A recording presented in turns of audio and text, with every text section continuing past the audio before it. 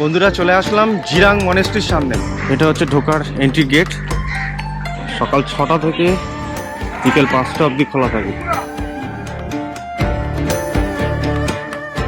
এই জিরাং মনেস্ট্রি পদ্মা সম্ভাবা মহাবিহার নামেও পরিচিত। এই মনেস্ট্রি পূর্ব ভারতের সবচেয়ে বড় বৌদ্ধ বিহার। 5 তলা 70 ফুট উঁচু এই বিশাল স্থাপনাটি 2003 সালে ভিত্তিপ্রস্তর স্থাপন হয় এবং 2010 সালে দলাই লামা স্বয়ং উদ্বোধন করেন। ভেতরে ঢুকলেই দেখতে পাবেন 23 ফুট উচ্চতার গৌতম বুদ্ধের মূর্তি, 17 ফুট উঁচু পদ্মা সম্ভাবের মূর্তি আর অসংখ্য রঙিন থাকা পেইন্টিং আর তিব্বতী মুরাল। শান্তি, সংস্কৃতি আর প্রাকৃতিক সৌন্দর্যের মিলনক্ষেত্রে জিরাং মনেস্ট্রিতে একদিন কাটালে মন ভরে যায়।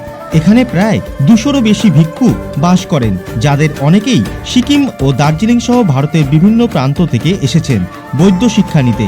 চারিপাশে শুধু শান্তি আর প্রার্থনার শব্দ, যেন মনকে এক